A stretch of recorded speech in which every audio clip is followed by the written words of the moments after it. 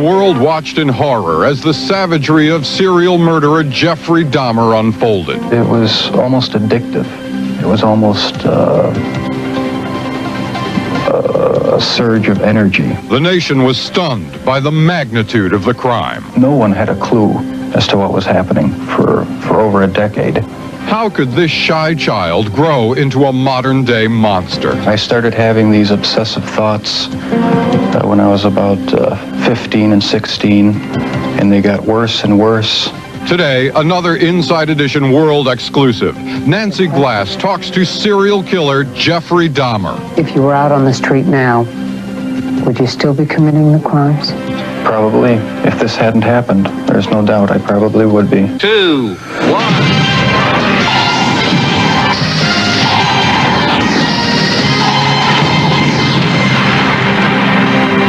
I'm Bill O'Reilly. Thanks for watching this very special Inside Edition. How could a normal-looking man with normal parents and a normal job commit some of the most brutal crimes the world has ever seen?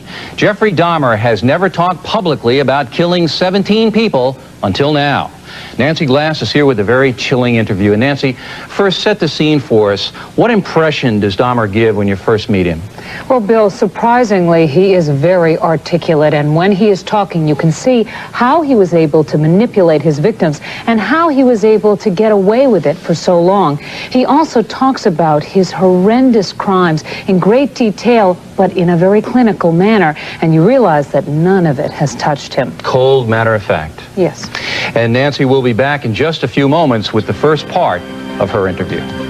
It was almost addictive, a surge of energy. I wouldn't have to worry about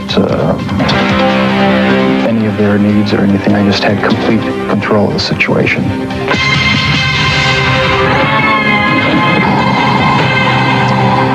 He is 32 years old and he is pure evil, but you'd never know it by looking at him. But when you hear him, that's another story. His killing field was Milwaukee, and he got away with murder for more than a decade. But how could any of this happen? For the first time ever, Nancy Glass is here inside the world of Jeffrey Dahmer. Bill, when I sat down opposite Jeffrey Dahmer for this interview, I wondered what he would tell me, how hard it would be to get him to discuss his horrific crimes. What I found was that he was very forthcoming. He volunteered details that may be difficult to hear. I began by asking what he wanted from the men he picked up. I had these obsessive desires and thoughts wanting to control them, to I don't know how to put it, possess them permanently. And that's why you killed them? Right, right. Not because I was angry with them, not because I hated them, but because I wanted to keep them with me. And as my obsession grew, I was saving body parts such as skulls and skeletons. Jeffrey Dahmer is recalling his monstrous past. Almost 2 years ago in this little apartment in Milwaukee, police discovered the grisly remnants of one of the most horrible crime sprees in American history. Jeffrey Dahmer, an unassuming chocolate factory worker, would eventually confess that he had seduced, murdered, and dismembered 17 young men. He even ate some of his victims' body parts. He instantly became the center of worldwide media attention, a serial killer unmasked. There were protests and press conferences in Milwaukee as people tried to understand how this could have happened in their midst. How did Jeffrey Dahmer get away with murder after murder for 13 years? How did a boy born into a hard-working middle-class family turn into the worst kind of monster imaginable? In this exclusive interview, we put those questions to Jeffrey Dahmer himself. We met with him at the maximum security prison where he is serving his sentence of 999 years. For the first time, he talks about his crimes and gives us a chilling look inside the mind of a serial killer. It's a process. It doesn't happen overnight. When you depersonalize another person and view them as just an object for pleasure instead of a living, breathing human being, seems to make it easier to do things you shouldn't do. The reason why Jeffrey Dahmer was able to get away with his crimes was because of just what you are seeing here. Jeffrey Dahmer is intelligent and articulate. That is what makes him so frightening. But if you listen carefully to his words throughout this interview, you realize it is a thin disguise. You do sound, though, like the kind of person who could have said to himself, "This is wrong. I must stop." I always knew that it was wrong, but after the first killing was not planned. I was coming back from the shopping mall back in '78. I had fantasies about picking up a hitchhiker and taking him back to the house and having complete control and dominance over him. The hitchhiker's name was Stephen Hicks. He was just 18. Jeffrey Dahmer took him to his parents' house. There he strangled him with a barbell. He dismembered the body and hid it in a drain pipe. It was Jeffrey Dahmer who gave those details to the police in his confession. No one had a clue as to what was happening for over a decade. During that time, Jeffrey Dahmer joined the Army and was sent to Germany. He was eventually discharged for a drinking problem and returned to Ohio. 9 years after Stephen Hicks' murder, the killing began again. What happened to you in the 9 years in between that you were able to stop, that you were able to control yourself? There just wasn't an opportunity to fully express what I wanted to do. There was just not the physical opportunity to do it then. And I started, when I moved to Milwaukee in '81, I started reading pornography, going to the bookstores. Eventually that led to frequenting the gay bars. And then one time I brought this young man back to the hotel room, the Ambassador Hotel. Was just planning on drugging him and spending the night with him. I had no intention of hurting him. When I woke up in the morning, he had a broken rib here. I was heavily bruised. Apparently I had beaten him to death with my fists. And you have no memory of it? I have no memory of it. But that's what started the whole spree all over again. Dahmer says he snuck the corpse of his victim, Stephen Toomey, out of his hotel room in a suitcase. Then he took it to his grandmother's house, where he cut up the body and put it in plastic garbage bags. When you killed these men, afterwards, were you repulsed? Were you upset? No, at the time, it was almost addictive. It was almost a surge of energy. I wouldn't have to worry about any of their needs or anything. I just had complete control of the situation. But Jeffrey Dahmer was out of control. The urge to kill had overpowered him. As police later learned, he wasn't satisfied with his victim's death. He wanted more. Why did you photograph them? It was my way of remembering their appearance, their physical beauty. I also wanted to keep something. If I couldn't keep them there with me whole, at least I felt that I could keep their skeletons. And I even went so far as planning on setting up an altar with the 10 different skulls and skeletons. And what was the purpose of the altar going to be? As a sort of memorial. A point where I could, I don't know, it's so bizarre and strange, it's hard to describe. A place where I could collect my thoughts and feed my obsession. When the bodies were still in your apartment, there was no time when you would see them and say, "This is grotesque. What have I done?" There were times. There were times, but the compulsive obsession with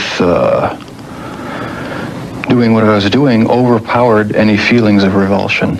This man with a quiet, almost shy demeanor became a master manipulator who was able to lure strangers he met at gay bars to his apartment. He was even able to con the police into returning a 14-year-old boy to him after neighbors called 911 upset that the child was in the street naked and bleeding. Dahmer convinced the police that he and the boy were simply having a lover's quarrel. Is a intoxicated boyfriend of another boyfriend. Well, how old was this child? It wasn't a child, it was an adult. After the police left, Jeffrey Dahmer murdered that boy, Conorak Synthosyphone. This man says he had a near-fatal encounter with Jeffrey Dahmer. He wanted to take some picture of my back. He hit me with a rubber hammer on my neck. He was lucky to escape because by then the killing had become almost routine. Before you went out to pick up a man, was there any kind of ritual you went through? I'd go to the nightclubs, drink, watch the striptease shows, and if I didn't meet anyone at the bars, I'd go to the bath clubs and meet someone there, offer them money, and we'd go back to the apartment, have a few drinks. I'd have the sleeping pill mixture already prepared. Person would drink it, fall asleep, and that's when they would be strangled. Watching the movie Exorcist 3 was also part of his ritual. It put him in the mood for murder. I felt so hopelessly evil and perverted that I actually derived a sort of pleasure from watching that tape. Did you like feeling evil? No, I didn't, but I had tried to overcome the thoughts, and it worked for a while, but eventually I gave in. While Jeffrey Dahmer may say things today that make it seem like he understands what went on in his mind, he does not. All he can do is tell you what happened, but he cannot stop whatever it is that drove him to kill in the first place. Do you still feel those same urges? Do you still feel that compulsion, that obsession? I wish I could say that it just left completely, but no, there are times when I still do have the old compulsions. And coming next, as we continue, Dahmer talks about how his obsessions became more and more out of control. I was dead set on going with this compulsion. It was the only thing that gave me any satisfaction.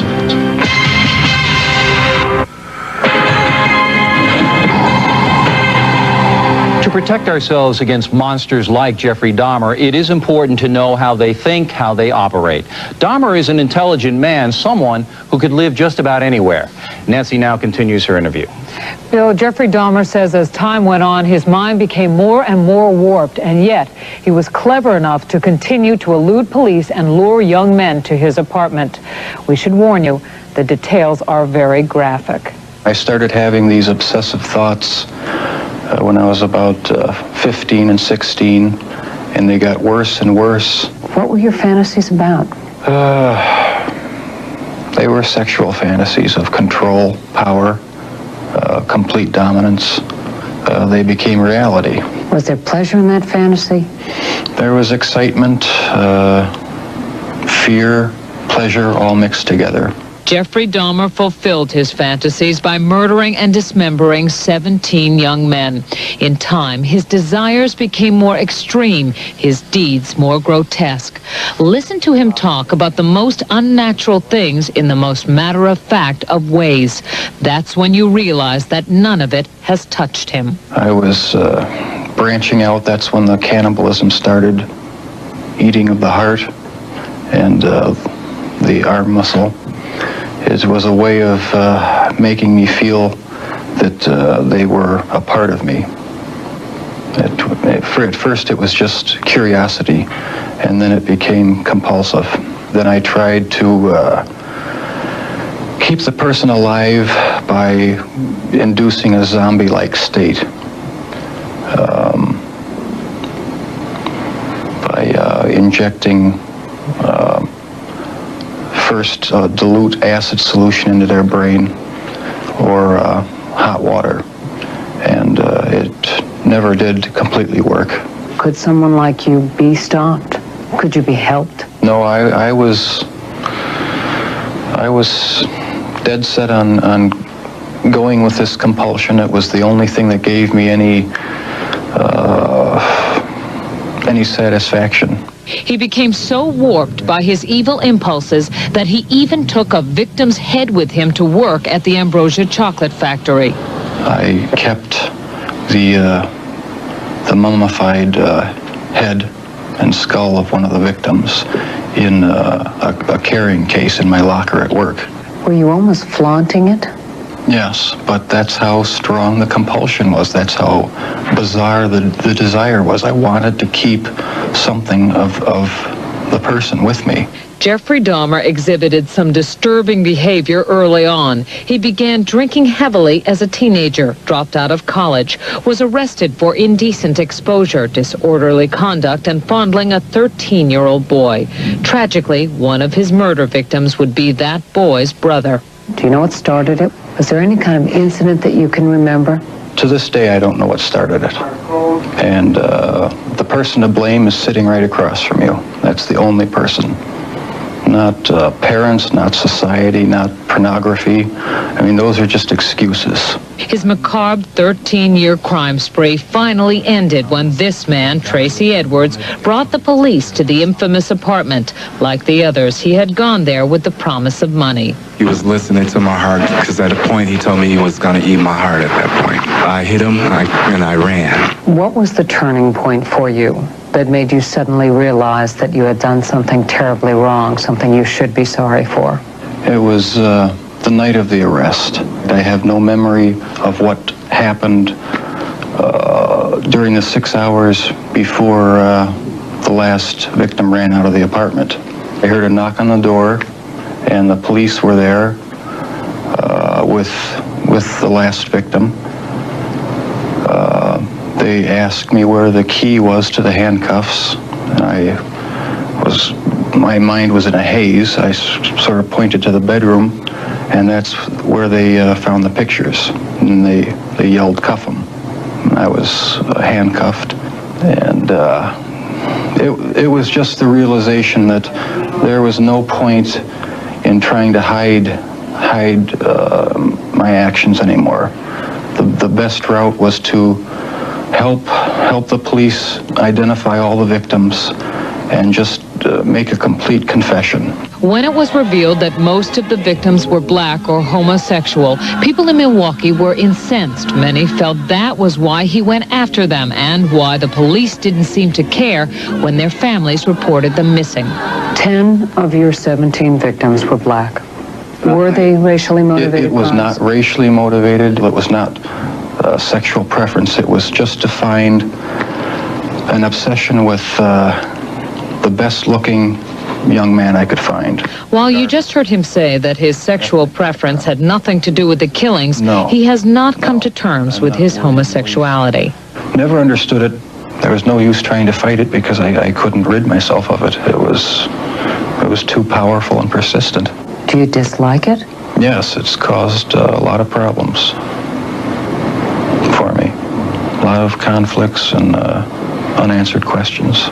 The conflicts remain with him, and so do his compulsions. But in prison, he finally cannot act on his savage desires. If you were out on the street now, would you still be committing the crimes? Probably. If this hadn't happened, there's no doubt I probably would be.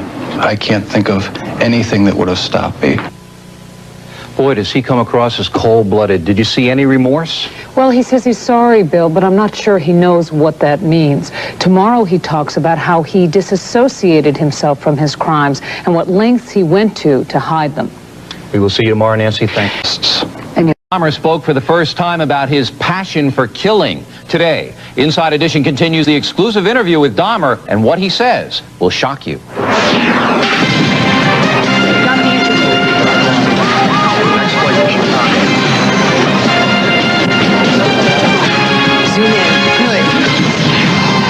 It's the interview the nation is talking about. Serial killer Jeffrey Dahmer speaking for the first time. Why was it so easy, though, for you to hide it all? I bought security systems, installed them myself in the apartment. I had a video camera in the corner of the room. Today, Nancy Glass continues her remarkable interview with serial killer Jeffrey Dahmer. Just one question. You gotta get live. First, reaction to the words of Jeffrey Dahmer is worldwide. It is one thing to read about his crimes, quite another to hear how dispassionately this killer talks about his grisly deeds. Nancy Glass joins us now to continue her exclusive interview with Dahmer. Nancy. Bill, Jeffrey Dahmer is now in jail serving 15 consecutive life terms for his terrible crimes. Wisconsin does not have the death penalty. In prison, he is getting therapy, but he says it hasn't helped him. He spends his time reading the Bible and volumes of mail. I asked him if he was afraid of what might happen in prison, and he said, no. What difference does it make if someone comes after him, because he doesn't care if he lives or dies. He prowled gay bars, picking up men to seduce and murder. Jeffrey Dahmer says his desire to control and possess his victims drove him to inhuman acts on the living and the dead. He was a killing machine out of control. How should you be punished? Well, there's no question that I deserve the death penalty. I've wondered myself why I don't have the death penalty. That's what I deserve. I deserve death. What do you think happens after you die? Right. That's the big unknown.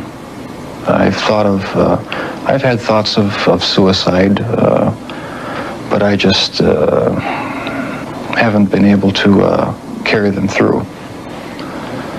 So I don't know what the future will hold. In the past, Jeffrey Dahmer was very sure of what he wanted and how to get it. 17 young men would die at his hands.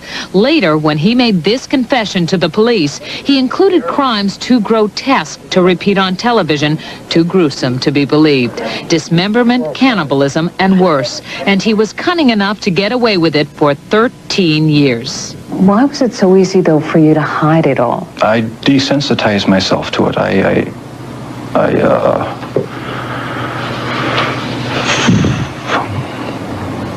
don't know. I went to great lengths. I bought security systems, installed them myself in the apartment. I had a video camera in the corner of the room, installed locks on the doors, sirens and stuff in case anyone broke into the apartment. And although his victims' body parts were in the apartment, when his father and stepmother came to visit, they detected nothing. They said it was absolutely clean, perfect. Right. How'd you hide from them? Everything was locked up, either in the freezer or in the file chest. And so there was no evidence laying in the open. There was nothing abnormal about the look of the apartment. And he almost got caught after a 14-year-old victim escaped into the street naked and bleeding. When neighbors called 911, Dahmer managed to talk his way out of trouble. During the incident where the police were called, and the young boy was returned to you, that didn't wake you up at all? The police on your doorstep? They were in the apartment. They were actually in the apartment, and there was a dead young man in the bedroom on the floor. I couldn't believe it when it turned out that they didn't see anything. I couldn't believe it. And yes, it did shock me, but not enough to quit. That's how strong the compulsion was. Jeffrey Dahmer describes the unspeakable with no emotion. It is as if he sees his victims as objects, not people. In fact, when he confessed, he remembered every horrific detail of what he did to them, but he couldn't remember their names. Do you ever think about your victims? I've often wondered why I haven't had more dreams or nightmares about what I've done. For some reason, it's like it's blocked off from part of my mind. If I dwelled on the subject all the time, I would I wouldn't be able to function. Jeffrey Dahmer prefers to hide from the difficult truth about himself. That has always been his pattern. Even during his trial, he found a way to tune out. You're wearing glasses now. Right. You didn't during the trial. Why not? I didn't want to. I felt uncomfortable looking anyone in the face. I didn't want to see anyone's face clearly. It helped me disassociate myself from what was happening. One woman in particular really got angry. What did you think when she was doing that? I couldn't blame her a bit. I'm surprised there wasn't more of that. What do you want to say to the families of the victims? I had no intention of hurting them. I was extremely selfish. I was only thinking of myself, my own pleasure, my own perverted desires. You know the families of the victims don't believe in your conversion or your sorrow. Oh, right. And if I was on their end of the table, I wouldn't either. Ultimately, I am accountable to the Lord Jesus Christ. He'll be my final judge. Can your sins be forgiven? The Lord Jesus Christ's shed blood is powerful enough to wipe out even my sins. When he had to deal with some of the terrible realities of his life, Jeffrey Dahmer's conversation would veer off into scripture. Like many other criminals, he claims he has found God in prison, and his daily routine reflects his need to shut out the world. I usually wake up at 6:30 in the morning, go eat breakfast, and then sleep until noon, wake up for lunch, and sleep until about 4 o'clock in the afternoon, eat dinner, and then spend the greater portion of the night watching TV. He is up all night because he cannot face the daylight and the monstrous crimes that put him behind bars. I try not to think too deeply about anything, because then I get depressed. I try to figure out why this happened, what started these thoughts in my head at such a young age, whether this has any meaning to it, or whether this is all just a horrible coincidence, you know, all the events in my life. I feel that I'm better off here than I was on the outside doing what I was doing. You're glad you're in prison. I think it's best for everyone, right? And you heard Jeffrey Dahmer say he wants to be punished. The victims' families agree. They voice their opinions tomorrow. And Jeffrey Dahmer talks about his early years and his family life. And finally, an expert on serial killers will tell us how this could have... Makes cases he feels he should be executed. But what about the families of his victims? What are they going through, and what is their reaction to the words of Dahmer? Nancy Glass continues her exclusive interview. Nancy. Bill, the building where Jeffrey Dahmer's crimes were discovered has been torn down. The grisly details of his killing spree have been revealed. He will be in prison for the rest of his life. All that remains is the question, why did this happen? I had normal friendships in high school, but after that, I started in with the alcohol, drinking, a lot of solitary drinking, and really never had any close friendships after that, after high school. Just sort of lived in my own thought life, fantasy world. What created those twisted fantasies is a question many are asking. According to some experts, Jeffrey Dahmer does not fit the profile of a ritual murderer. The typical serial killer kills for the thrill, for the excitement. He wants to hear the victim scream and shout and try to get away. Northeastern University professor Jack Levin is a sociologist and criminologist who has studied hundreds of serial killers. He says what he saw in our interview surprised him. I think the very fact that he sedated his victims before he strangled them, which is the last thing that most serial killers would do, gives us an indication that he may actually have felt guilty and that he did care, at least to some extent, about his victims. He's a little bit different in a number of ways. And the very fact that he necrophiled his victims is a clue that he felt extremely rejected, abandoned. And he couldn't even have sex with his victims while they were alive in most cases. He had to kill them first. Were you molested? Never. Never. In your childhood, you have any memories of anything that you would associate with what you became? No, that's the strange thing. I can't pinpoint anything.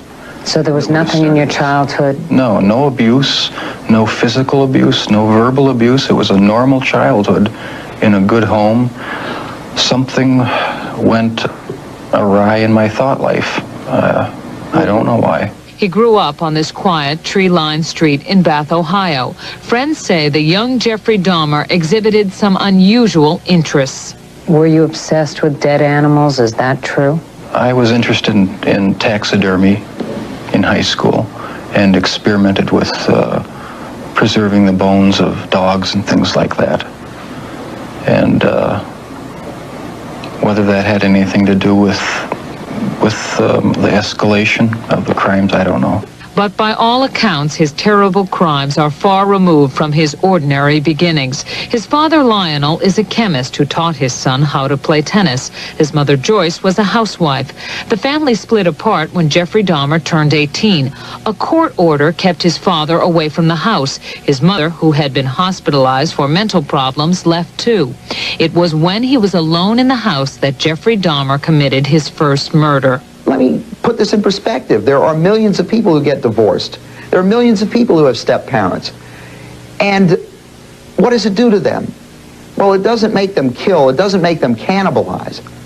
I think we've got to understand that we might be able to explain part of this, but we're not able to predict who's going to turn out to be a serial killer. Jeffrey Dahmer's father and stepmother Sherry say when he was in trouble in the past, they tried to get him help.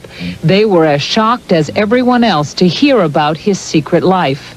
The pain is watching the families having to sit there and listen to the gory details. And yet, what do we say to these families out there who don't even have the child to bury in many cases? Such a tragic waste. And we can't do anything about it. They say around them, Jeffrey Dahmer acted as if nothing was wrong. How did you live that double life? How did you go to work? How did you have a normal relationship with your family? When you try to keep a terrible secret like I was, it warps every other aspect of your life. But I managed to go to work, conduct myself just like anyone else would. Jeffrey Dahmer is determined to try to explain his hideous crimes. But why would he take the mask off now? Jack Levin says he thinks he knows. You know, it's very hard to feel sympathy for someone who has killed 17 people and has cannibalized their remains. I think he wanted a chance to let people know that he did care, that he was a remorseful human being. Now, I'm not sure that came through, but I think that was his intention. The families of his victims disagreed. They gathered to watch what Jeffrey Dahmer had to say. They sat in stunned silence as they heard him describe the terrible end to the lives of their sons and brothers. He says he's a reserve guy. He's on a suicide watch, and from day one, he's never tried to commit suicide. So, get a clue. He likes living, like my brother did. He does not bring back my brother. 17 capital punishment. Think that he's not suffering enough. We may never know what demons drove this maniacal killer. Jeffrey Dahmer himself talks about the need to overpower and possess his victims. But Jack Levin says the serial murderer cannot face his own rage. There was this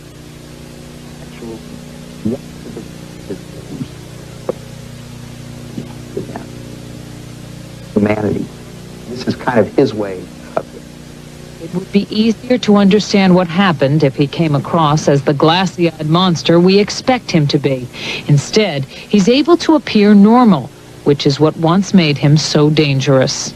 Most serial killers know the difference between right and wrong. They know what they do is wrong, and they simply don't care. Jeffrey Dahmer cared, perhaps, but not enough to stop himself. And finally, I've been covering this story since it first broke. It has been very difficult at times to deal with the gruesome details, a lot of which we chose not to put on television. But I thought this was an important story to tell. As I said, we may never fully understand why this tragedy took place. I don't think Jeffrey Dahmer understands it. But hearing the story from him firsthand may be a beginning. Bill? Thanks, Nancy.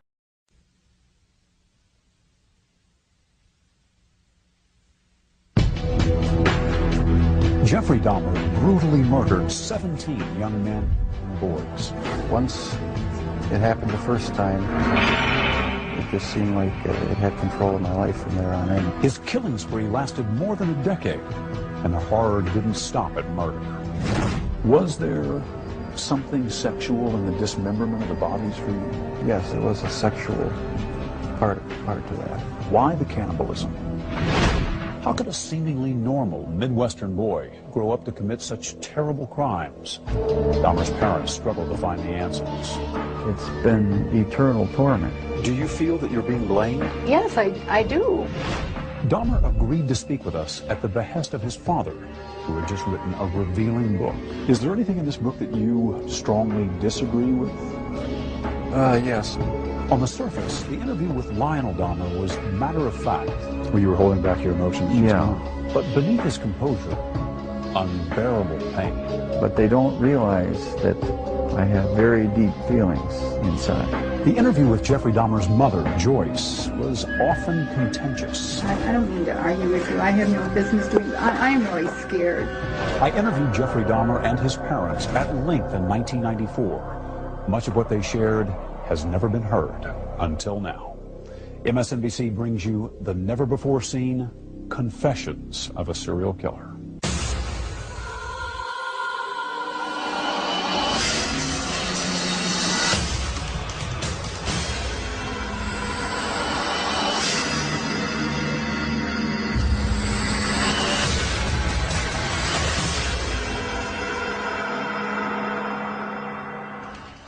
Thanks for joining us. I'm Stone Phillips. In February 1994, at the Columbia Correctional Institution in Portage, Wisconsin, I sat down with serial killer Jeffrey Dahmer for his first, and as it turned out, his last network television interview. His father, Lionel Dahmer, had just written a book about his son, and he joined us. Jeff, as his father called him, was polite and seemed unnervingly normal. Rarely had a serial killer spoken in such detail about his crimes or the possible root causes. But this father and son spoke about both, as did Dahmer's mother in a rare interview. As you'll see, even looking back more than a decade later, there are still no easy answers. How are you, Dad? Hi, Jeff. Sherry, how are you? Good to see you. Good to see you. Hi, Jeff. Stone Phillips. Hi, Mr. Phillips. How are you? Nice to see you. You've been spending the last few days with your folks. Great. Talking about a lot of different things. Hey, you're lucky it came up on a day when there's no snow. It was snowing like crazy all weekend. Is that right? Yeah. How are things going here for you? Slow and steady. Nothing out of the ordinary, really. You've read the book? Yes. Yes, I read the book. My dad sent it to me about last week, and spent all night reading it. I was up all night reading it. It was quite a surprise to me, some parts of it. Very interesting. In what sense? Just some of the things that were revealed caught me off guard, and just some very big surprises in it for me. What was it that caught you off guard? Some of his insights into what he thought of me as I was growing up. All set? Everybody ready? Okay, let's all take a deep breath. Your dad comes here to visit about once a month, but I get the impression that the two of you don't talk a lot about everything that happened, about the crimes in particular. No, we don't discuss that because it's been gone over so thoroughly in the papers and the media that there's just really no point in going in depth into any in-depth talks about it. We talk about our family, home, how things used to be, what prison life is like here now, and try to keep things as light and upbeat as possible. Is it hard for you to go back and talk about those things? No, not the good things. In fact, it gives me a sense of comfort to talk about the few good times there were in the past. You say the few good times. Do you think of your childhood as having been profoundly unhappy? No, not profoundly. My childhood wasn't filled with any great tragedies or anything. There were good times and there were bad times. I think it was fairly normal. Jeff, do you remember your earliest experience and earliest interest, fascination with the inside of animals? Where that came from? In 9th grade, in biology class, we had the usual dissection of fetal pigs. I took the remains of that home and kept the skeleton of it. And I just started branching out, dogs, cats. I suppose it could have turned into a normal hobby like taxidermy, but it didn't. It veered off into this. Why, I don't know. All I know is that I wanted to see what the insides of these animals looked like. Was there some pleasure in the cutting open of the animal? Yes, there was. No sexual pleasure, but just it's hard to describe. Sense of power, sense of control? I suppose that's a good way of putting it, yeah. I can sort of see a fascination for, wanting to see or for looking at the insides of animals, say for the first time. After you did it one time, what more is to be gained by looking at another dog's inside, the second or the third? I don't know. It became a compulsion, and it switched from animals to humans. I still don't understand it. I don't know why. What would you do with the dead animals, Jeff? You would pick the carcasses up from the road and take them back into the woods. Take them back in the woods, skin them sometimes, slit them all the way open, look at the organs, feel them. There was a sort of general excitement for me. I don't know why. It was exciting to see. One of your dad's biggest questions is when you began to slip away, when you crossed over into this world of obsession or dark fantasy from which you just couldn't return. Can you pinpoint that? Is there a sense for when that really began to happen with you, Jeff? I think it was around age 14 or 15. Started having obsessive thoughts of violence intermingled with sex. And it just got worse and worse. I didn't know how to tell anyone about it, so I didn't. I just kept it all inside. Do you have any sense for where that was coming from? No. No, I've talked with a few psychologists about it. They have their theories, but they don't have any concrete answers either. Do you have a theory? No, not really. I don't know where it came from. I probably will never know. But I never dreamed that it would become a reality. Coming up, more pointed questions for a serial killer. Why the cannibalism?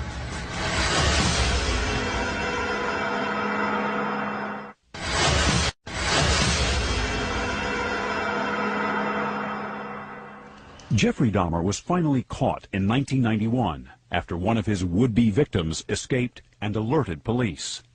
What was discovered in Dahmer's apartment was horrifying. Body parts in a barrel, a human head in a refrigerator. When he confessed, the gruesome details were almost impossible to comprehend. What was it, Jeff, that took you over the edge, do you think, and made you take this from the world of fantasy into reality? From 15 on, I had this reoccurring fantasy of meeting a hitchhiker on the road, and of taking him hostage and doing what I wanted with him. About 3 years later, I was 18 years old, driving home. I saw this hitchhiker about a mile from my house. Thought to myself, should I stop and pick him up, or should I just keep on going? I wish I just kept on going, but I didn't. I turned around, picked him up, and that's when the nightmare became a reality. It just seemed so bizarre to me that this obsession that I had been thinking about and wanting, just all the parts are there, and they make it possible to make it happen. What happened after you took him to the house? The house was empty. My mother was up in Chippewa Falls with her family, and my dad was living in a rented motel about 5 miles away due to the divorce. And I pretty much had the place to myself. I was drinking a lot during that time, and just, I don't know, looking for something to, some way to find some fulfillment, some pleasure. And I acted on my fantasies, and that's where everything went wrong. This was the summer of 1978 when you took your first victim. Right. Once it happened the first time, it just seemed like it had control of my life from there on in. The second occurrence was 1984, roughly. And I met this guy at one of the bars, downtown Milwaukee bars. We went back to the hotel, just planning on getting drunk. I had put some sleeping pills in his drink to render him unconscious, and was just going to spend the night with him. When I woke up in the morning, my forearms were bruised, and his chest was bruised, and blood was coming out of his mouth. He was hanging over the side of the bed, and I have no memory of beating him to death, but I must have. And that's when it all started again. And once it started again, you found it impossible to stop. Right. That's when the obsession went into full swing. Did you ever tell yourself, I have to stop this? I must stop doing this? Yes. When it was going on? After the second time, it seemed like the compulsion to do it was too strong, and I didn't even try to stop it after that. But before the second time, things had been building up gradually, going to bookstores, going to the bars, the gay bars, bath clubs. When that wasn't enough, buying sleeping pills and using it on various guys in the bath clubs. It just escalated slowly but surely. And after the second time, which was not planned, it was out of control. It felt like it was out of control. Where did sex enter in to the killings, Jeff? It was a big part of it. My only objective was to find the best-looking guy that I could. Their sexual preference didn't matter to me. Did their race matter to you? No, their race didn't matter to me. The first two young men were white. The third young man was American Indian. The fourth and fifth were Hispanic. So no, race had nothing to do with it. It was just their looks. Was there something sexual in the dismemberment of the bodies for you? As time went on, yes, I did get there was a sexual part to that. I started saving the skeletons and preserving other parts, and one thing led to another. It took more and more deviant type behaviors to satisfy my urges, and so it just spiraled out of control. Why the cannibalism? It made me feel like they were a permanent part of me. Besides the just mere curiosity of what it would be like, it made them feel that they were a part of me, and it gave me a sexual satisfaction to do that. Was it the killing that excited you, or is it what happened after the killing? No, the killing was just a means to an end. That was the least satisfactory part. I didn't enjoy doing that. That's why I tried to create living zombies with muriatic acid in the drill, but it never worked. No, the killing wasn't the objective. I just wanted to have the person under my complete control, not having to consider their wishes, being able to keep them there as long as I wanted. It's not easy to say that, but that's what the motive was. Where did that need for control come from? Do you have any idea?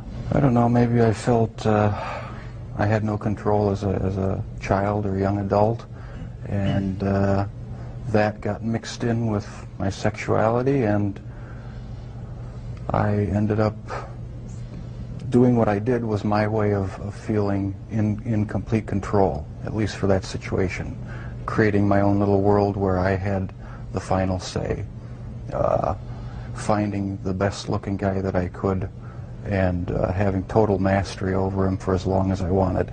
Lust played a big part of it, controlling lust. That was the motive right there. A lot of this came out in the course of the trial. Obviously, both of you sat through this. Have the two of you sat down and talked about these things before? No, not in depth. This is the first time you're talking about these things with I've talked your about dad it here. at great length with psychiatrists, court-appointed psychiatrists, psychologists, but not with my family. We learned everything at the trial and in the confessions and that sort of thing after the fact. The two of you never really communicated all that much, did you, father and son? Not on any deep level, no. We talked about superficial things. Never really had a real deep heart-to-heart talk about what was going on inside our own minds. I was always a very private person. I didn't like to open up and share anything with anyone. I like to keep my thoughts to myself.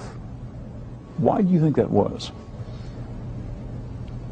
Because from about 15 years on up, a great deal of my thoughts were basically unshareable with anyone. So I just closed myself off and put on a mask of normalcy. Coming up, were you surprised to read that about your dad? Very surprised. I suppose everyone has their secret thoughts.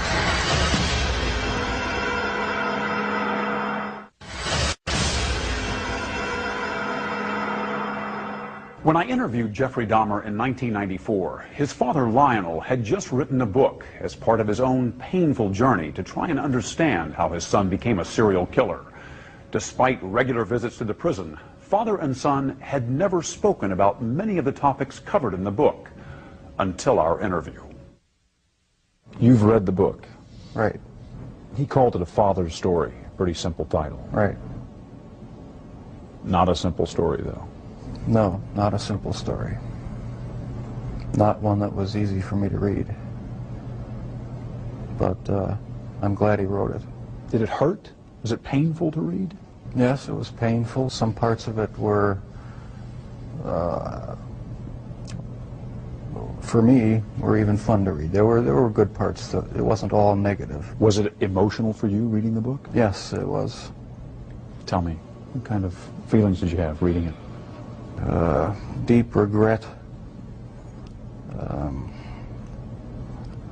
sorrow. I guess those were the two main emotions.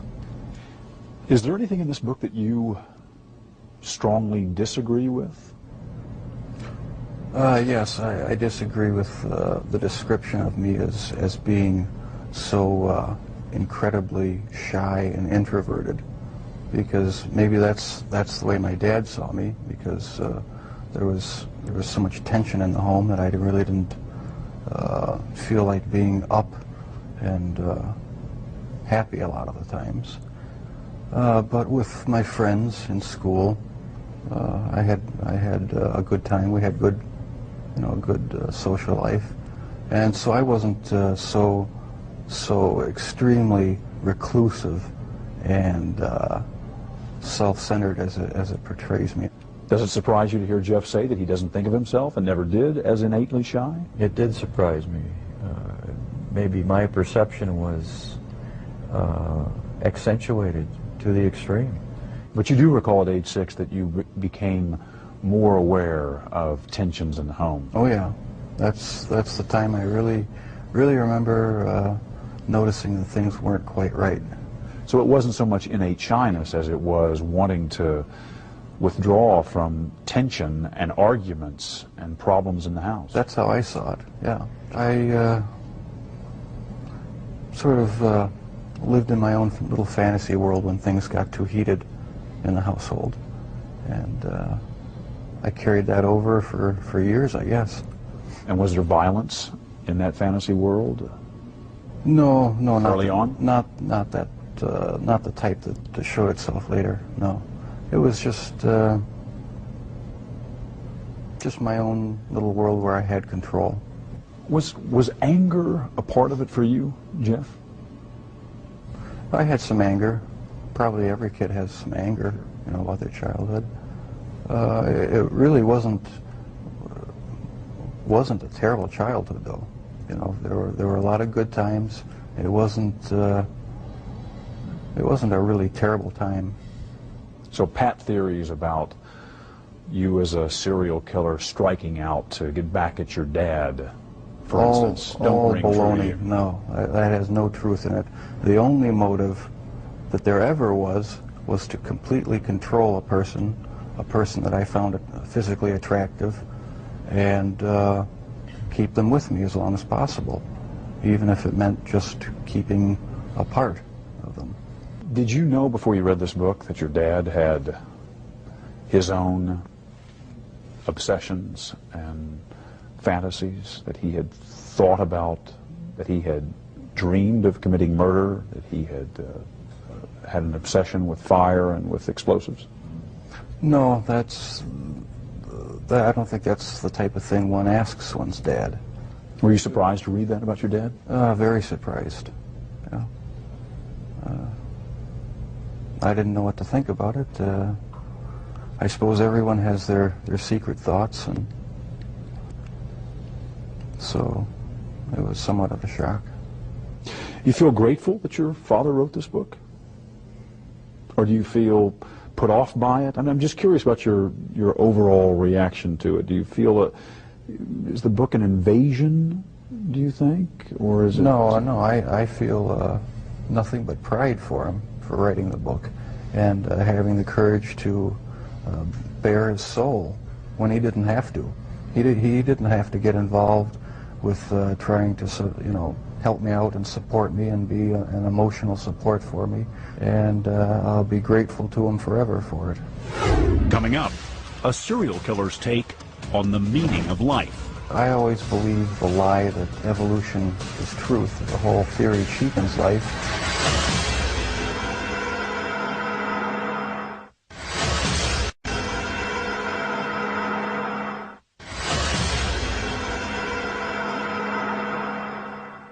Jeffrey Dahmer kept many secrets, even before he killed his first victim. While it's not unusual for teenagers to keep some things from their parents, Dahmer's father was tormented by the idea that perhaps he had missed a key sign of what was to come and the chance to stop him. But Jeffrey Dahmer wasn't sure he would have revealed anything, and was angered by the way some people had blamed his parents. Did you ever consider talking to your parents, to your dad, about homosexuality? Is that something that you felt you could ever raise? Early on, I really didn't know that much about it myself. All I knew was that it was something that was to be kept hush-hush, not talked about, not even thought about. So I just kept it all within me and never talked about sexual issues at all, really, with anybody. Do you think if you had been able to talk about that in a more open way with your dad, for instance, that it would have helped, might have broken this veil of secrecy and enabled you to keep yourself from going down that road? I don't know exactly what, if anything, would have ever kept me from going down that road. Talking about it, I don't think would have made that much difference, because, like I said, there were things going on in my head that I would have never opened up and talked about with anybody. Your dad says he never realized how deeply troubled you were because he just thought you were shy the way he had been, shy as a boy. Do you think the signs were there and he just missed them? No, I don't think so, because I had thoughts, I had fantasies, but there was no outward show of anything that was wrong. You were pretty good at keeping it all inside. Right, I kept it inside, didn't share any of my thoughts or emotions with anybody. So how would I ever know? No, you never saw any of it, as far as I know. I did not really hear from anyone about any of these activities. And that's what really strikes me now, is if I would have known, what would I have done about it? I think I would have done a lot about it. I feel it's wrong for people who commit crimes to try to shift the blame onto somebody else, onto their parents or onto their upbringing or living circumstances. I think that's just a cop-out. And my parents, my relatives, had no knowledge of what I was doing. They're absolutely not responsible for any of it in any way. And I take full responsibility. But you understand that what you did would lead your father to ask himself all kinds of questions. That's true. Where did I go wrong? Was there something I could have said or done to have prevented this? Right. Did I in some way create or contribute to the terrible acts my son committed? I understand that. I just get angry with other people who think that they have a right to somehow try to blame my parents for what happened. That's not right at all. No one has the right to do that because they're totally innocent. They had no knowledge of it. And that angers me. But parents just naturally, I mean, any parent that really cares, they just first of all say, gee, I feel guilty. You know, there's just feelings of guilt. What happened? What did I do? What could I have done? And so that's a normal parental reaction. Your dad has wondered about all kinds of things, from the medication that your mom was on during her pregnancy, to the fact that you were exposed to violent arguments in the home from an early age and continuing, to the possibility that he might have passed on some genetic propensity for obsession or violent behavior. Does any of that ring true to you? I can see why he'd wonder about those things, but as far as I'm concerned, they're all excuses, because I didn't feel accountable to anybody. I didn't feel that I had to face what I had done ever, and so there comes a point where a person has to be accountable for what he's done. Can't go around making excuses, blaming other people or other things. So I alone am the one who is responsible for what's happened. Let me ask, when did you first feel that everyone is accountable for their actions?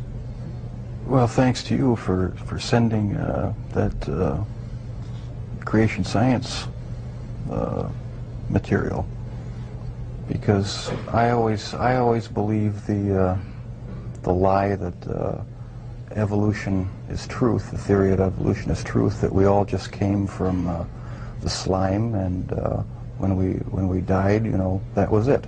There was nothing.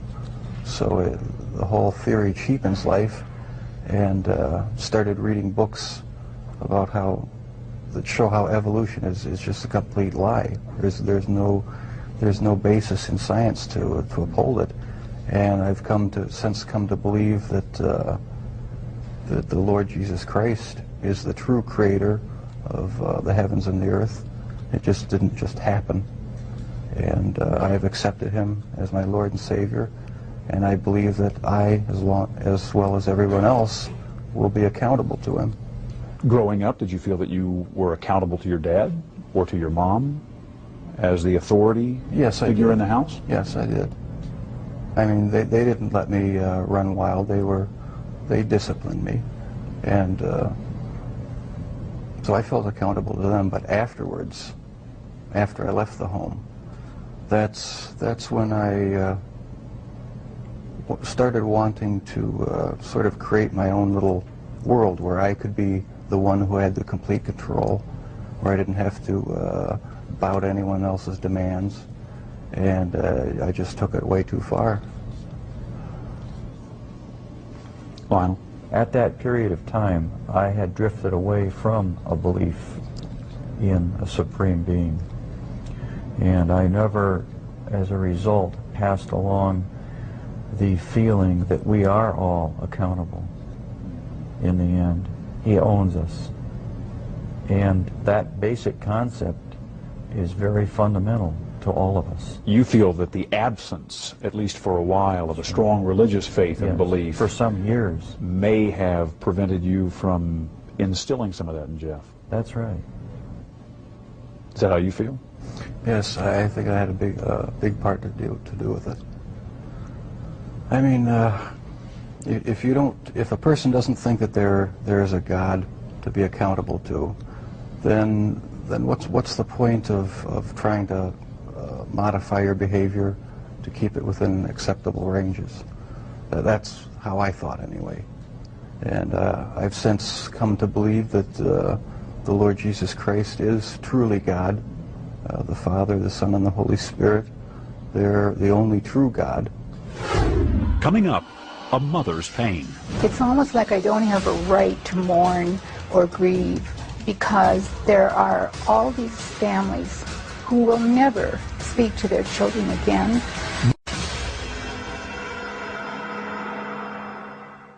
In 1994, Jeffrey Dahmer's mother lived 2,000 miles away from her son in a different state with a different last name. But Joyce Flint still felt deeply connected to her eldest child and was grieving for her own loss. We all think about victims' parents in a case like Jeffrey's, but we don't often think about the parents whose child committed crimes like this. What's it been like for you? Well, it's been horrendous.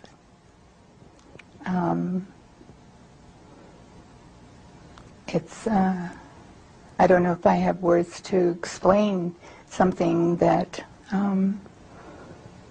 was never seen or forecast or expected. I learned about Jeff in the same way everyone else did. A friend called me and told me it had been on television in another state. And so half an hour later I turned the television on and saw his picture. And at that point, what do? You can't believe what's happening. And you cry and you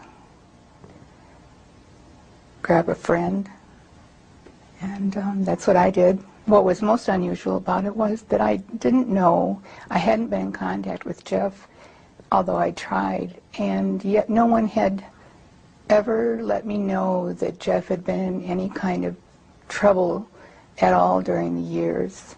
When did the full impact of all of this hit you? I don't know if it has yet. I don't know if it ever will. I mean, I don't know if I'll ever be able to. How does anyone,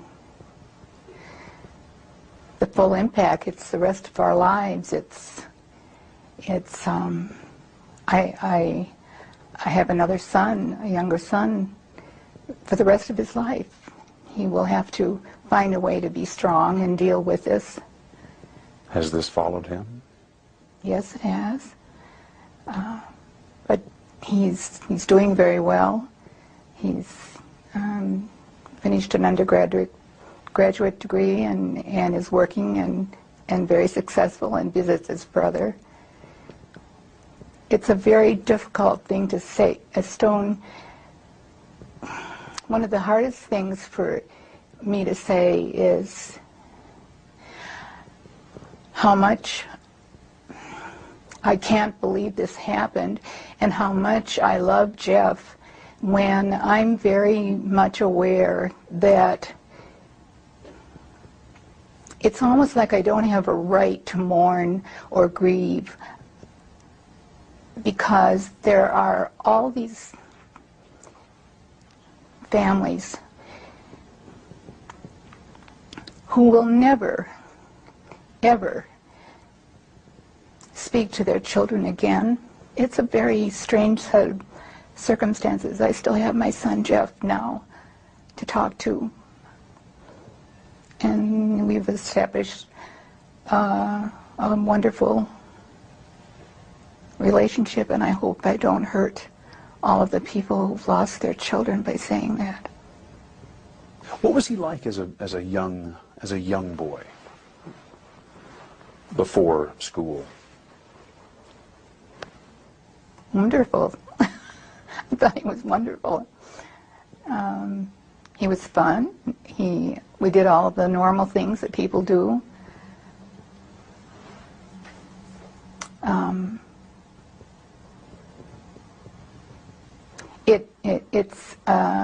It's hard to be asked questions that go back 30-some years when you never expected that anything but good would happen in your family. Were there ever any early signs of trouble with Jeff? If there had, looking back on it today, were there? no. What would you look for? If I'd seen something that had been a clue of any kind, I'd like to think that I would have done something about it immediately. No, there wasn't anything unusual about Jeff. He was a normal young boy. Jeff's first grade teacher referred to him as inordinately shy and profoundly unhappy. He didn't seem inordinately shy to me. He seemed, he didn't like school. He had a very difficult year that year, first grade, moving from where he'd lived. I was pregnant with his baby brother, so... Did he seem profoundly unhappy? No. Well, no. When you say profoundly unhappy, there wasn't any clue that there was anything other than this was a little, rather shy child who had to go to school and mingle and be sociable, and that wasn't his thing. Coming up, more with Jeffrey Dahmer's mother. Telling you the truth the very best I can, there wasn't anything unusual.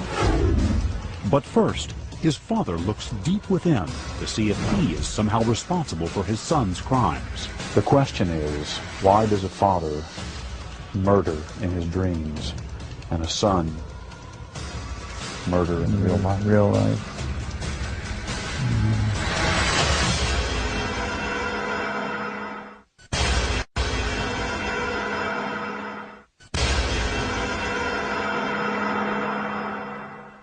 How would you describe Jeff as a young child? Was he happy? Was he outgoing as a 2, 3, 4-year-old?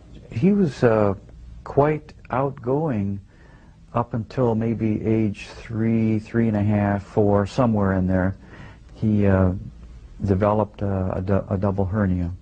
That was pretty traumatic for him physically, wasn't it? I think, you know, if this whole thing is conjecture at this point. It might have been, along with other incidents in his life, might have been one of the trigger points. I mean, you know, the old Freudian castration complex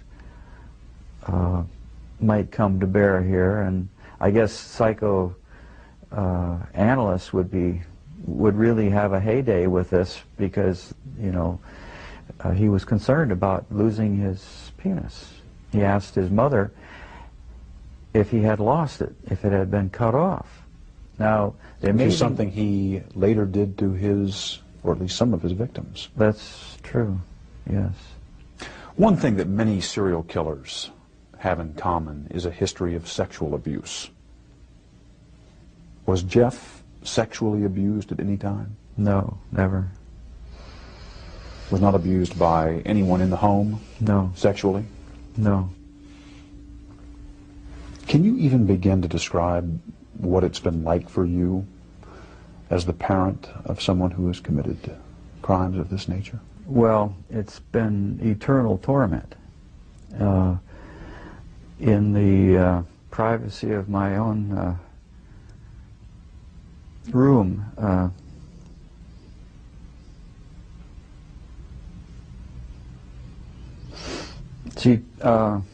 people generally look at me as sort of not emotional, and I come off as maybe a little bit remote because of that. Well, you were holding back your emotions just now. But they don't realize that I have very deep feelings inside. An armchair psychologist would argue that the fact that you are so unemotional about all of this only signifies the fact that inside there may be very powerful emotions.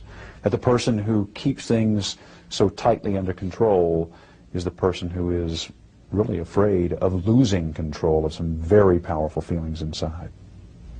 True in your case? That's probably true, yeah. I would say that's a fair statement.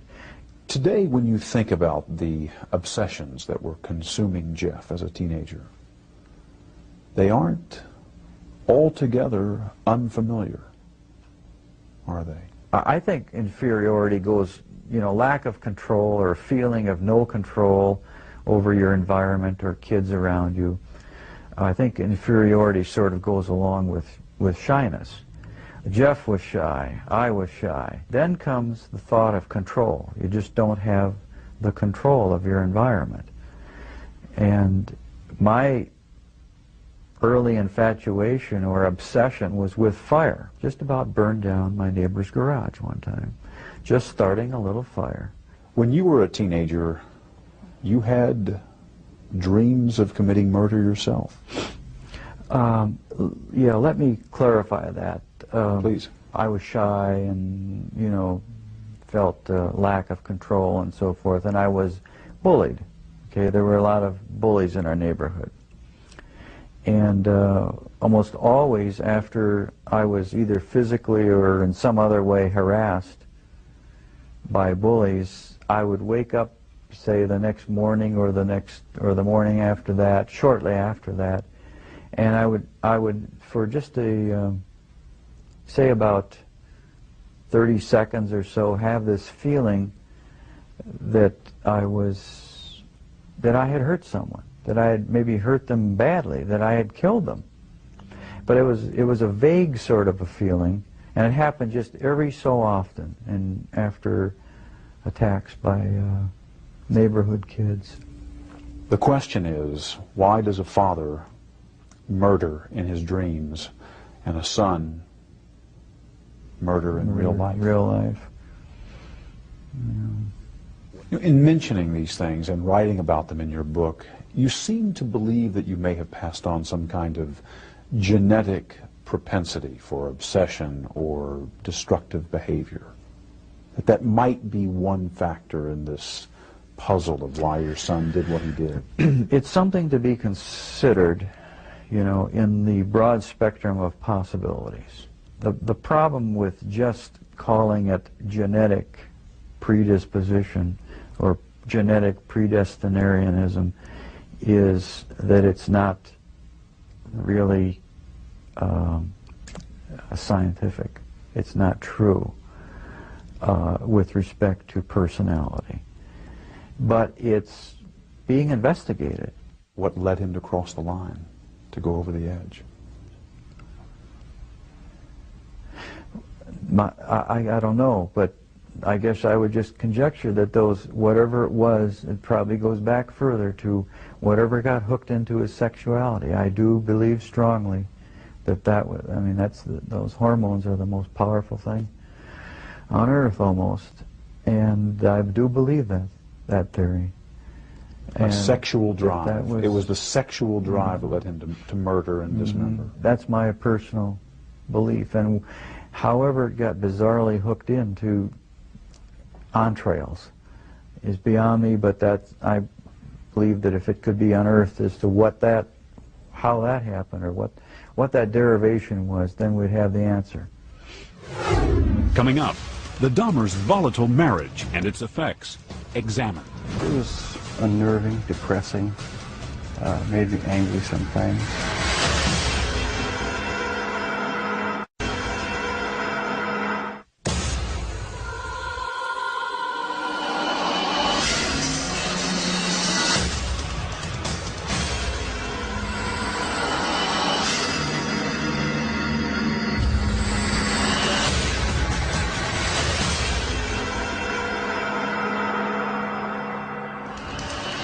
It was his first and last network television interview.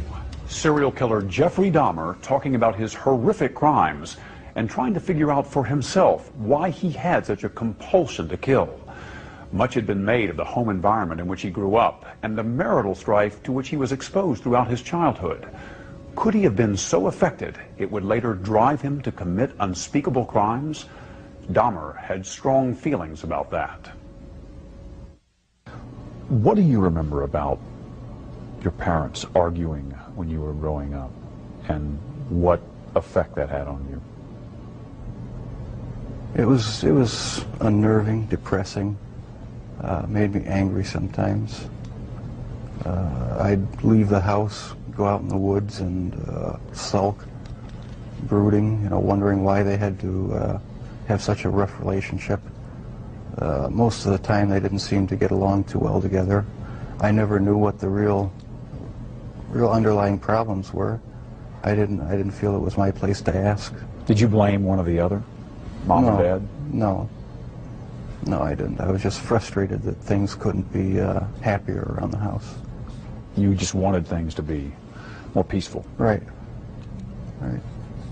I never saw any real violent arguments as far as physical hitting or anything like that, but there was a lot of yelling, a lot of tension in the house sometimes.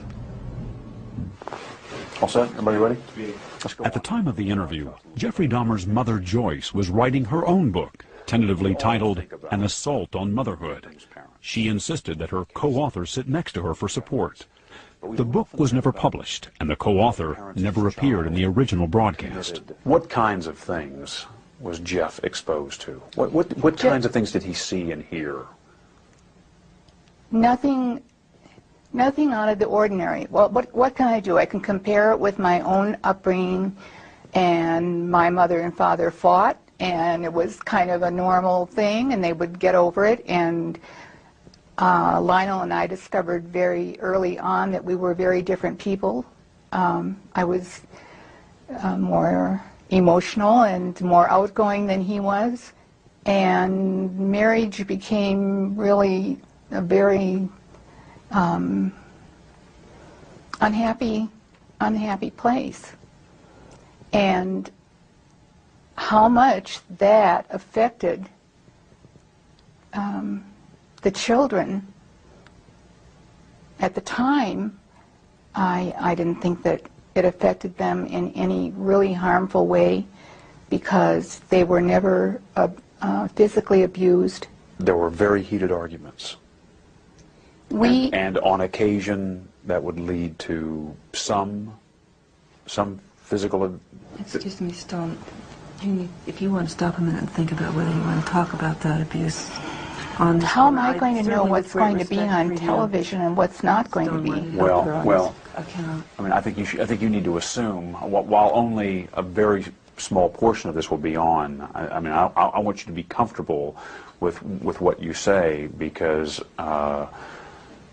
Well, one of the things that I don't want to get involved in on this television show is trying to do the same thing to Lionel as he's done to me, and that is to somehow blame him. So I'm not asking. I really don't want to get to Is this whose roll fault. off No, the we're tape? rolling. But I'm just saying I don't want to get. I am really not concerned with fault and whether it was you or whether it was Lionel. What I'm trying to understand is what was going on between you for whatever reason. I'm sure both of you brought something to the table on that. That's usually the case in a marriage situation. My question is, what kinds of things, what do you recall about the kinds of things that were happening between you that Jeff may have been exposed to? And to the extent that there is some question about the kind of emotional turmoil that might have caused him. Stone, I have to tell you, I've thought of that over and over again, and there's nothing about the kind of arguments, the kinds of fights we might have had, the disagreements over how to bring up children, there was nothing unusual about that. And Jeff is not the result of what is going on in every home in America. He's not the result of that. So you're saying it wasn't a perfect marriage, you're saying, but it was nothing so extraordinary that it could explain No. why he went on to do what he did. Absolutely not. Telling you the truth the very best I can, there wasn't anything unusual. It was pretty intense, the arguments between the two of you. Yeah, yes. A lot of the arguments were very intense, and I couldn't see any way but to just leave the room or leave the house, or just, there was no compromise.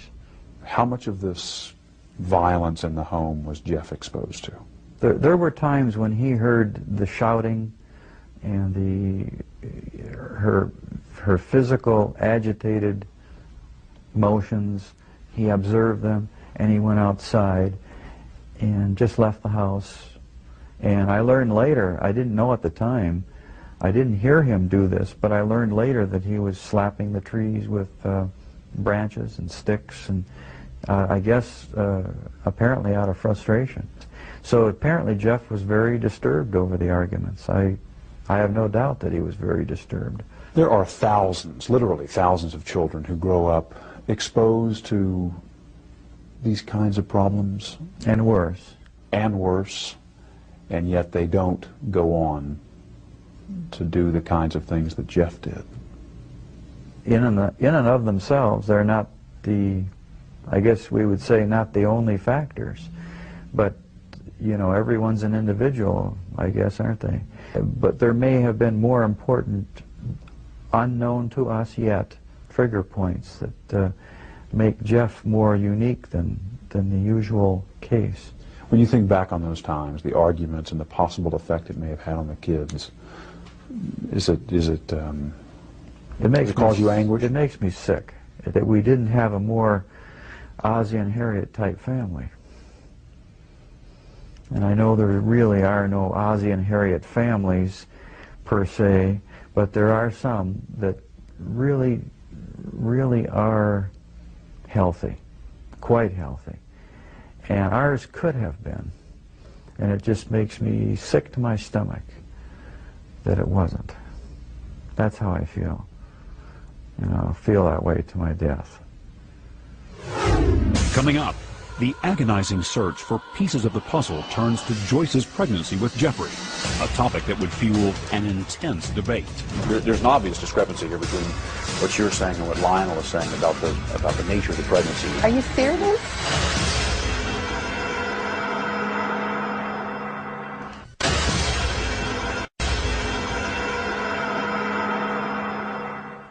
By all outward appearances, Jeffrey Dahmer seemed like a normal boy growing up. So how did he become a serial killer? The search for the root causes went all the way back to his mother's pregnancy.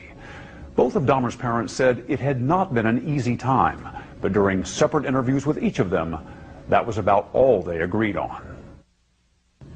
At times, her legs would lock tightly in place, and her whole body would grow rigid and begin to tremble. During these strange seizures, her eyes would bulge like a frightened animal, and she would begin to salivate, literally frothing at the mouth. We'd have to call the doctor, who, in those days, they still made house calls, and he came immediately, and it always ended up that he gave her a shot of some type of relaxant.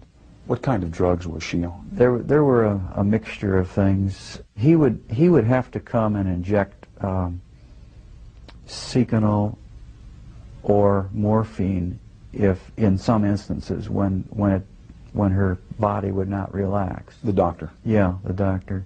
Morphine, barbiturates? Yeah, relaxants. Phenobarbital? Yes, She was on a pretty heavy yeah, drug she was regimen. on quite a heavy diet of prescription drugs, right. What do you remember about the pregnancy? I had what I thought were probably the ordinary kinds of things that happen when you're pregnant, and Morning sickness. morning sickness, A lot of nausea. yes.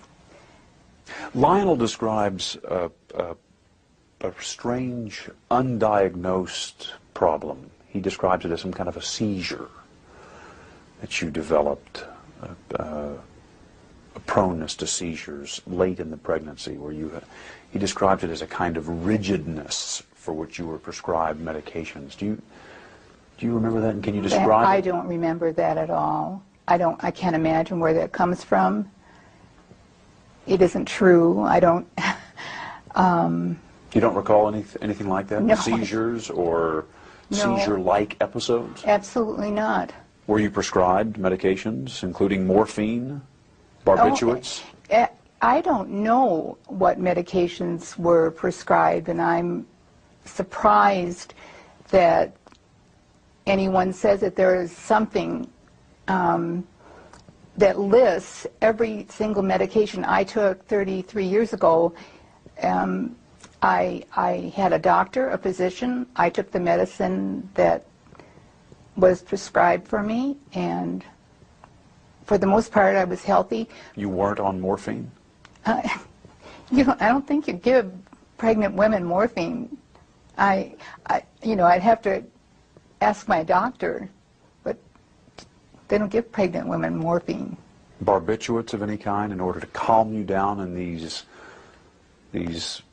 seizure states, as Lionel describes them? There were no seizure states. Where's I that don't know where coming that's coming from. Well, Stone, I don't know. And it's one of the reasons why I'm finally speaking out, because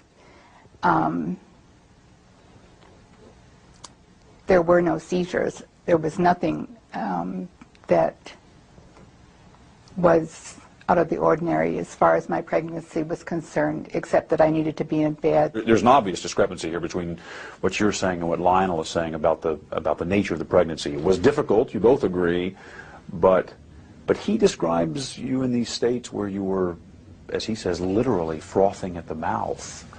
Are you serious? In these rigid states, yeah, for which you were given medication to settle or calm you down. Well, I don't know what his purpose is in doing that. I do know that when this first happened, the very first thing that the husband that I divorced did was come out with these accusations against me. They're not true. Well, I don't know how I can prove it to you that they're not true. Is it possible you just don't remember them? No, it's not possible. I don't remember them. It was my first pregnancy. I remember everything about my first pregnancy. There's an important point you want to talk about that you really want to make, and is the reason why you've come on. So let's talk about that.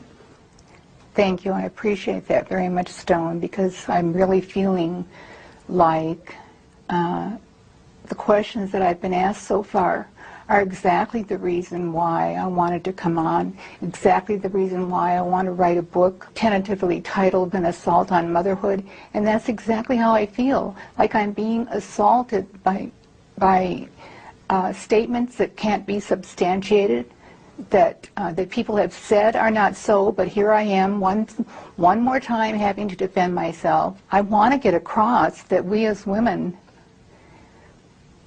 just can't take this kind of thing anymore. If something bad happens to our son or our child, there has to be a place for us to go. I want a place for all the victims to have a place where there's some compassion and understanding instead of a blaming. Coming up, Joyce talks about the pain of feeling blamed for her son's crimes and disputes more of her ex-husband's recollections. Excuse me for interrupting you, but I never heard anything like that ever happened.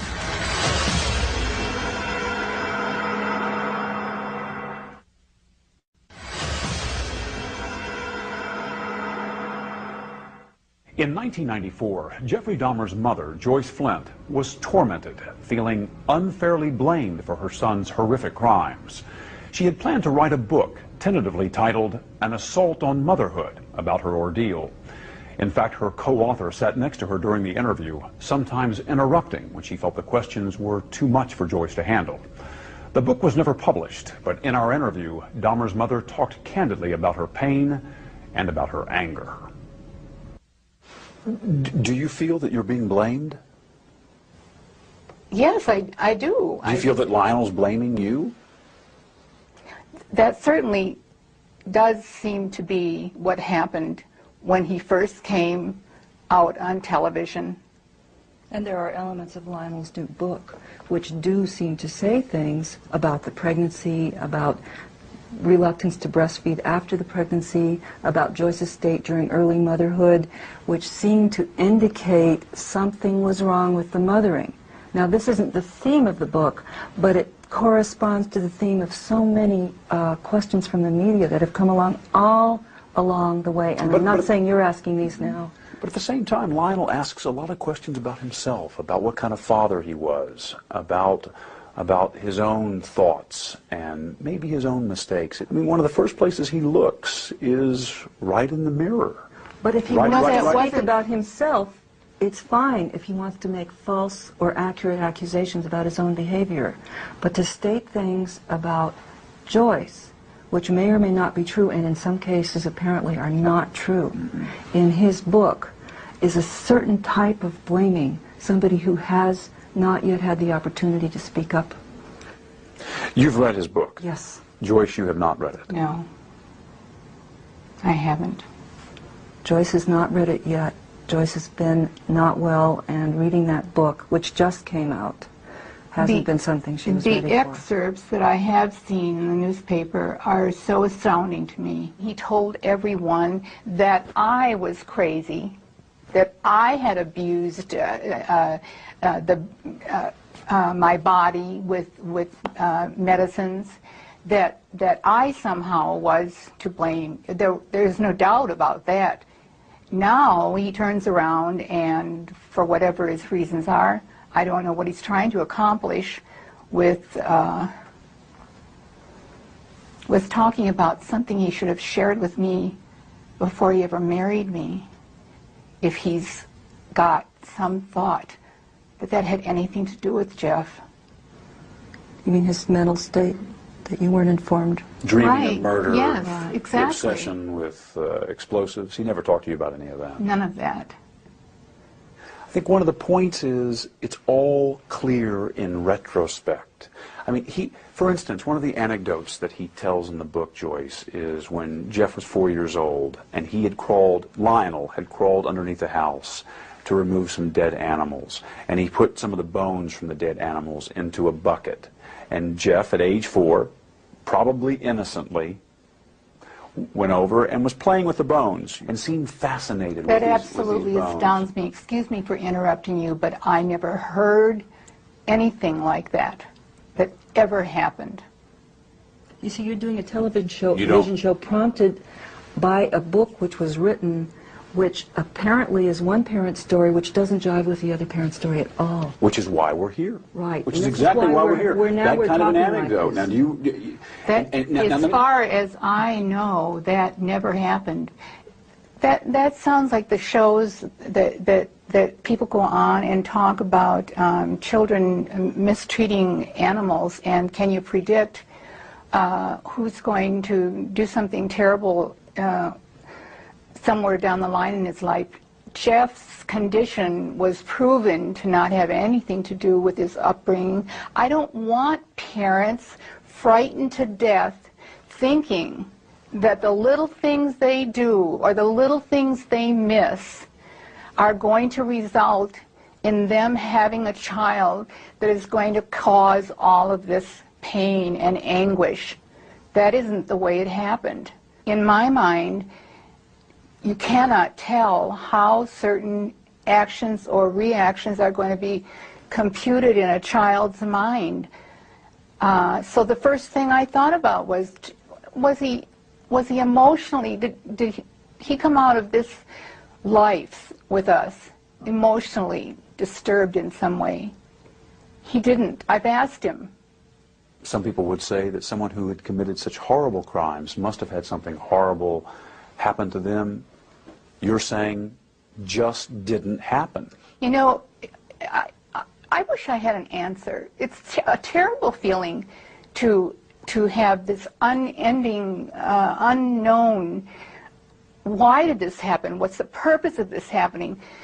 The horribleness that so many people have had to go through. I wish I could come up with an answer. That would be useful.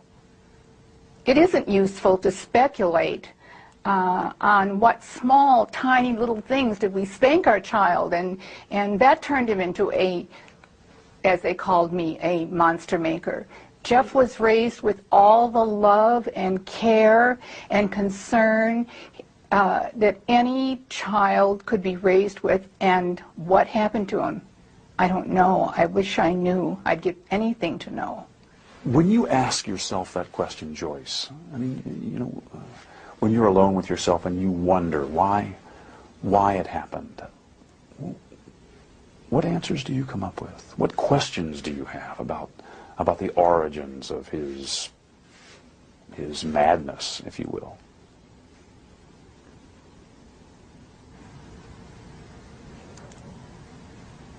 I can't explain it. I can only cry about it. I asked the universe, why would this be allowed to happen? I don't have an answer for that. I'd like one. Coming up, could Jeffrey Dahmer have been caught years before his arrest? I didn't know what would happen. I thought, you know, it's all going to come crashing down now.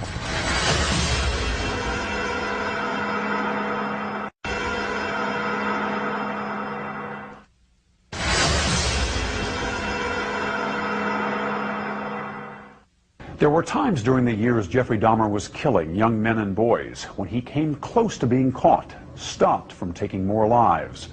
One of those crucial moments still haunted Dahmer's father, Lionel, during my 1994 interview with him. In March of 1989, you were helping him gather up his belongings, going through his room, and you came across a box. Tell me about that incident. It was about a 1-foot square box, metal and wood box, that I thought contained pornographic material. And you asked Jeff to open it? Yeah, because my mother, you know, I didn't want her to come into contact with any of that stuff. And asked him to open it up, and he refused. He said, "I'd rather not." And I said, "Jeff, open it up. I just want to see what's in there." And he said, "Can't I have any privacy in the house at all? Just this 1 square foot of privacy."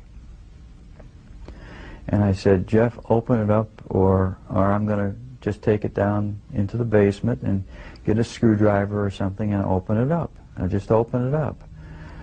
And he got angry, very visibly agitated, and said, if I can't have 1 square foot of privacy, then I'm just going to leave. So he walked out of the house, and then I took the box.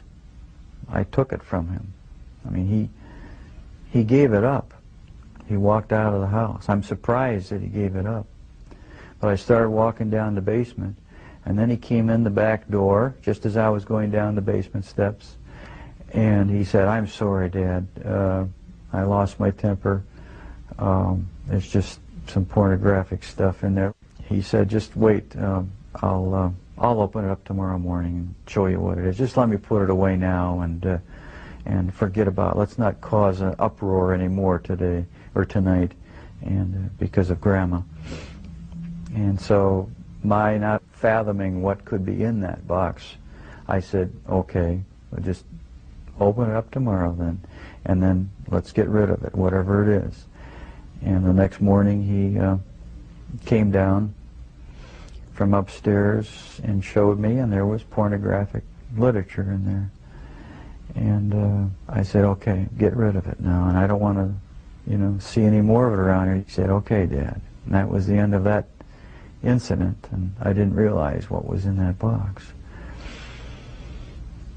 What was in the box? Well, as I learned later, after the trial, it was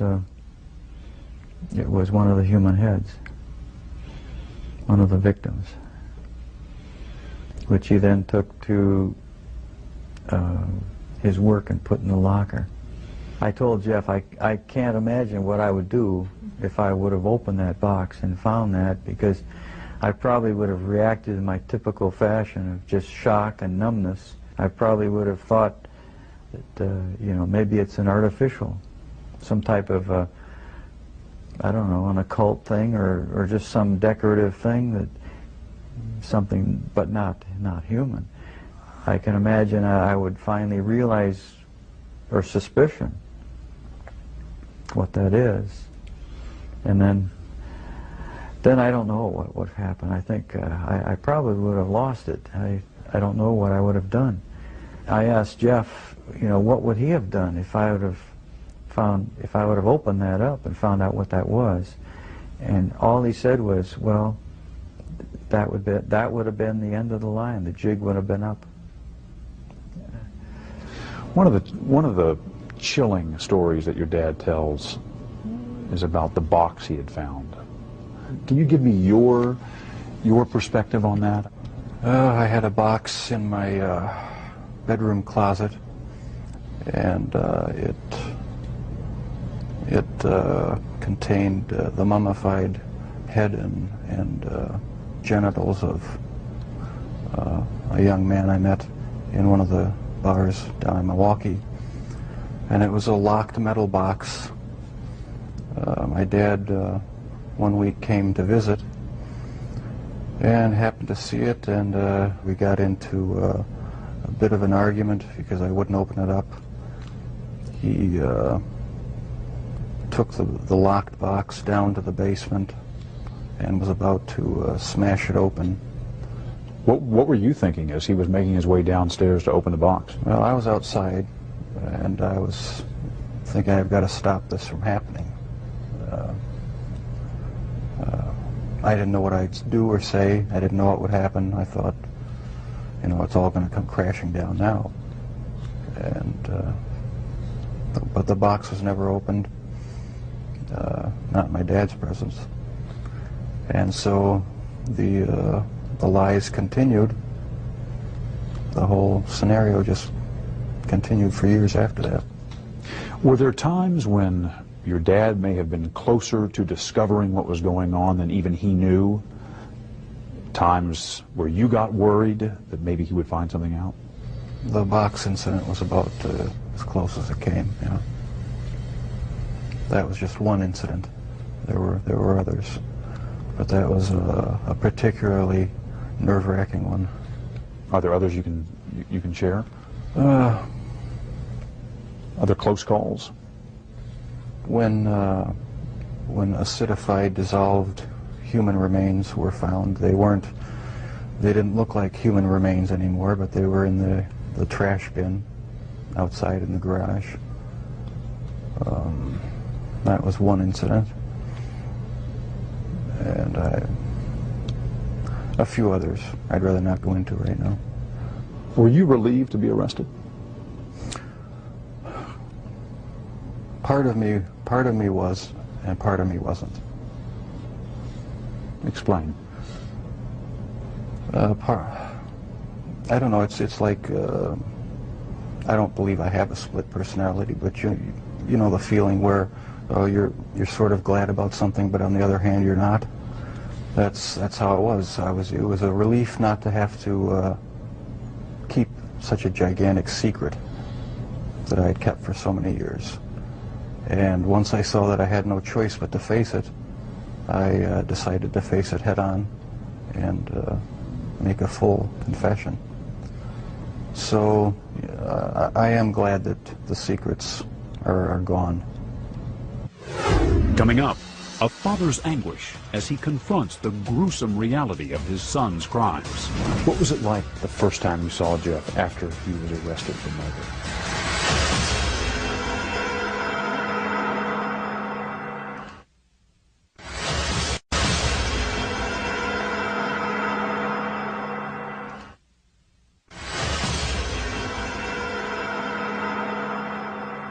How good was Jeff at manipulating you? Excellent. He's very good. Good liar? He fooled everyone. He fooled me. Yeah, very good. He fooled his probation officer, his attorney, the police, you know, who came. I mean, he had bodies in his next room when the police were standing in his outer room. There were so many people that he fooled. And he could lie and be just cool as a cucumber. Yeah, he just looked very innocuous. He just looked like an average person who couldn't possibly do the things that he did. What was it like the first time you saw Jeff after he was arrested for murder? Oh, that was really tough. He was disheveled, you know, beard, and he hadn't slept. There were people screaming in the cells, and he just stood there like a limp rag. What did you say to each other? I went up to him and I said, "Jeff, I love you." I hugged him. I cried. He didn't seem to be emotionally moved. He just seemed like he was just wrung out. Did he hug you back? Yeah, as well as he could. He was shackled in front of him, so he really couldn't hug. But he pressed, you know, forward. But it just seemed like he was just his soul had dropped out of him. What were his first words to you when he saw you? I'm just so sorry. I really screwed up.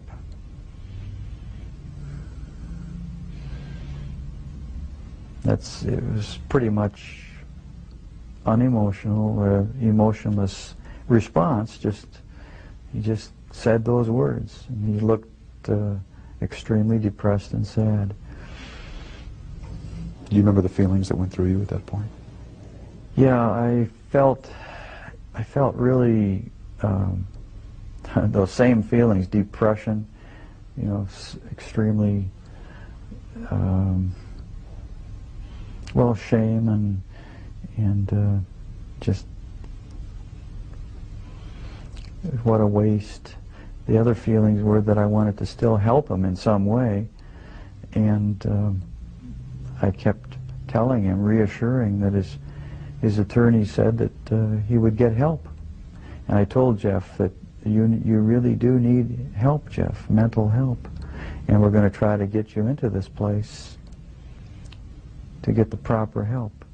How did you feel when you first heard about the crimes, about the nature of the crimes he'd committed? I think it was sort of a feeling as if I were just floating above myself and observing some other person. As if I were anesthetized with something that just prevented me from feeling anything deeply. It was just a total stun, a total shock. You went numb. Complete numbness. And in the moment when the pain has come through, what is it that you felt? I felt all these different emotions come over me.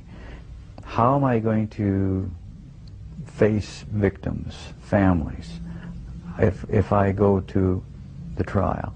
How can I arrange something? My feelings were for Jeff too. I sort of put myself in his place. He's totally lost. I could almost feel the total disorientation and loss, feeling like maybe he would want to commit suicide. I felt very depressed and shamed. Just very, very depressed, just to the bottom of the pit. Have you ever stopped loving your son? No. No. I think that part of my continuing to want to love and support him is because I can remember him as a youth when he was innocent.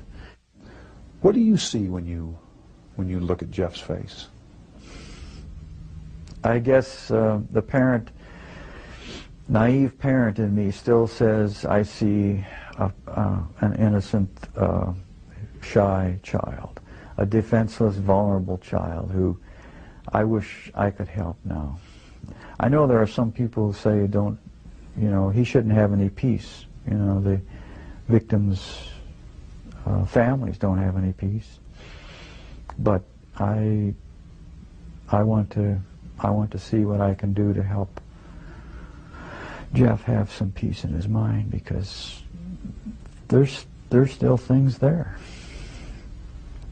Does he deserve that? And well, yeah, I think he does. Was there a time when you hated Jeff for what he did? Yeah, I think probably there was a mixture of feelings of anger and hate and disappointment and also feeling extremely sorry for what he did. Felt very sorry for victims and their families, and also for Jeff, the terrible waste. Have you had a chance to sit down with Jeff and ask him why? Why did you do this? What was it?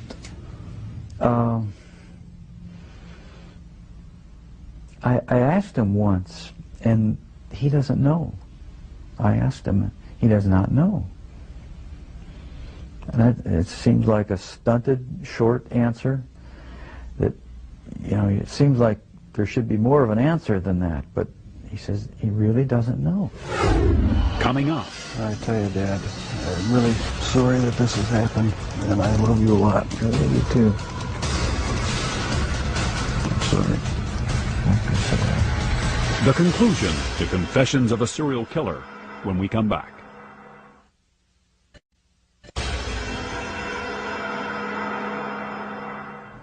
Your father told me that one of the reasons he wrote this book was in order to put down on paper what he has been unable to say to you in words,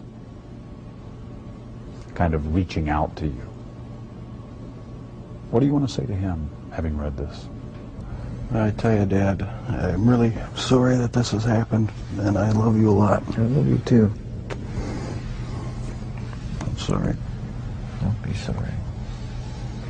We haven't always shown it a lot, but I do love him a great deal. I love you. And without the support of my folks, I don't think I would have come through this. We've opened up with each other a lot more now since the trial and everything. There's no secrets to be hidden away. You know, I don't feel that I have to keep any secrets from him. We've come to face what's real now instead of just glossing things over and talking about superficial things. So there's a lot more communication between us. This book may serve as a further bridge between Jeff and myself. And just for that purpose, I regard it as valuable for me. Do you feel closer to your dad having read this? I feel closer in that I understand more how he was thinking, what his thoughts were, what some of his motivations were. I'm glad he wrote it. Anything not in the book you want to say to him?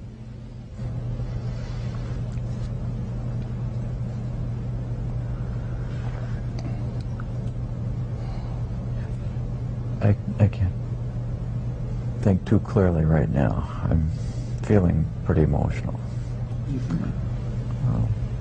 I think that a lot of things have been brought out in this interview that has brought us to a little bit deeper, just a little bit closer understanding as to how this all originated. And, well, whenever I get emotional, my analytical side gets clouded, and I can't express myself quite as well as I would like. Can you talk about the feelings you have? You feeling close to Jeff? I feel very close to Jeff, and it's going to continue until our death. And I feel good about it. Do you think you'll ever have the answers you've been looking for about why, what happened, and what role, if any, you played? Maybe not. My primary question is the origins of it. And if something can be learned about that, it may help other people avert problems. Is it still there, Jeff? Does it ever go away? In part, no, it never completely goes away. I'll probably have to live with it for the rest of my life. I wish it would go away. I wish there was some way to completely get rid of the compulsive thoughts, the feelings. It's not nearly so bad now that there's no avenues to actually act on it. But no, it never seems to go completely away. So the thoughts still come to you? Sometimes, yeah. Are you different, Jeff, in terms of how you think back on all of this? I would hope I'm different. I'm glad that I'm in a position now where I don't feel the compulsion to do these things. I'm glad that it's over. Any words I say to the victims' families are just going to seem trite and empty. I don't know how to express the regret, the sorrow,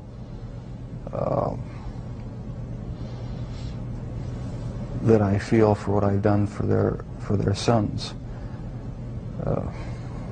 I can't find the right words.